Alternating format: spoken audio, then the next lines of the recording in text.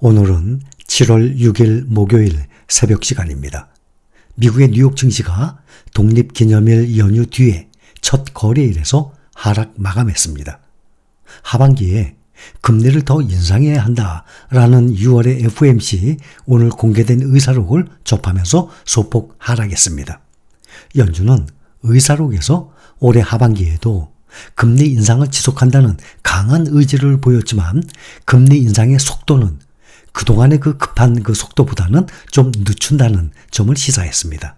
올해 예상외로 주가가 급등을 했었던 상반기를 지나서 이제 하반기에 시장에서는 앞으로 몇 달간 연준의 계획에 대한 공격적인 표현, 매파적인 메시지가 투자자들을 불안하게 만들 것이라고 예상을 하고 있습니다. 오늘 다우지수 0.38% 하락했습니다. 또 대형주 중심 S&P 500 지수 0.2% 하락, 4455에서 4446, 4446으로 내렸습니다. 기술주 위주 나스닥 지수 0.18% 하락, 13,791입니다. 필라델피아 반도체 지수가 가장 많이 떨어졌어요. 0.2, 0.18 이 정도 떨어졌는데 필라델피아 반도체 지수는 무려 2.2%나 하락했습니다. 3,622. 다우지수, S&P 500 지수, 필라델피아 반도체 지수가 3거래일 연속 상승을 했었습니다. 나스닥 지수는 2거래일 연속 상승 후에 오늘은 모두 하락 마감했습니다.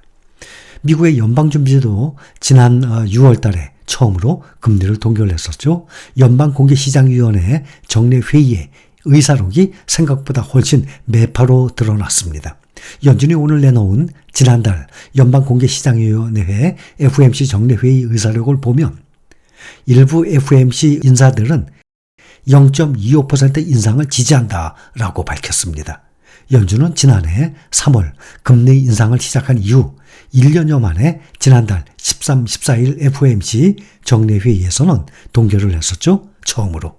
거의 모든 참석자들은 금리 동결이 적절하다고 판단을 했지만 일부는 0.25% 인상을 선호했다라고 의사록은 전했습니다.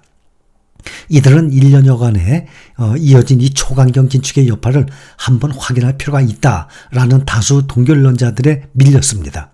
금리 인상을 잠시 중단하면 지난 1980년대 초 이후 40여 년 만에 가장 공격적 긴축 5% 금리 인상의 영향을 평가하는 시간을 갖게 될 것이라고 전했습니다.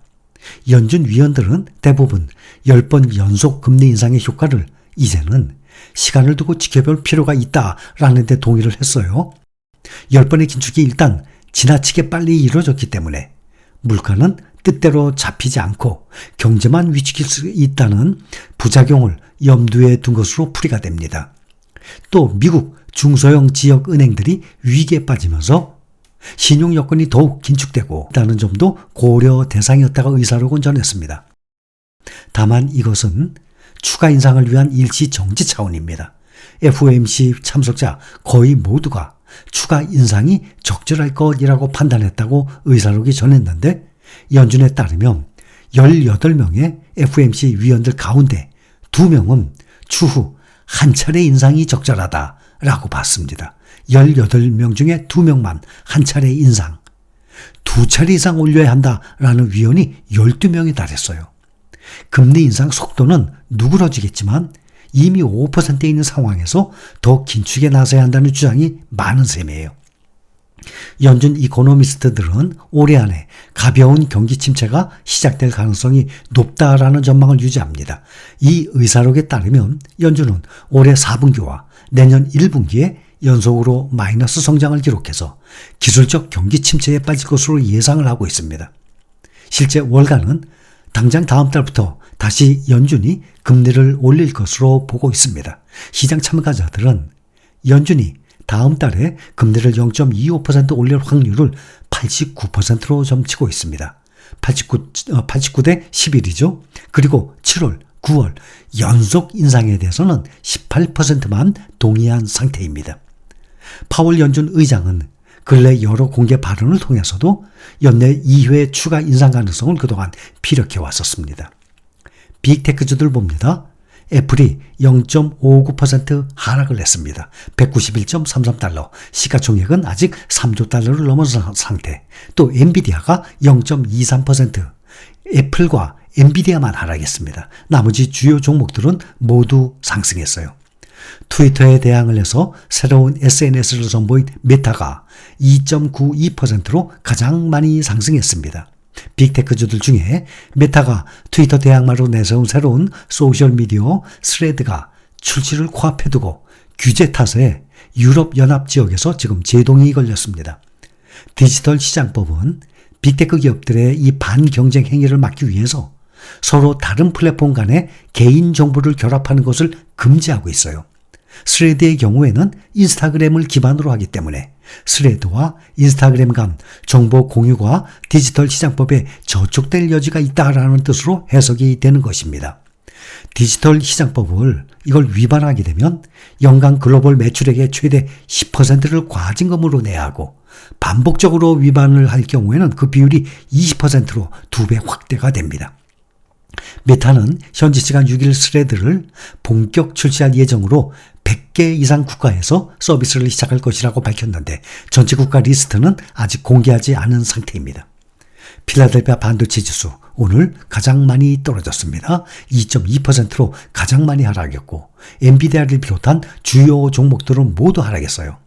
미국 상무부는 중국 정부가 반도체 원료 재료인 갈륨, 게르마늄 등에 대해 수출을 제한하겠다는 방침을 결정한 것과 관련해서 단호히 반대한다는 입장을 밝혔습니다.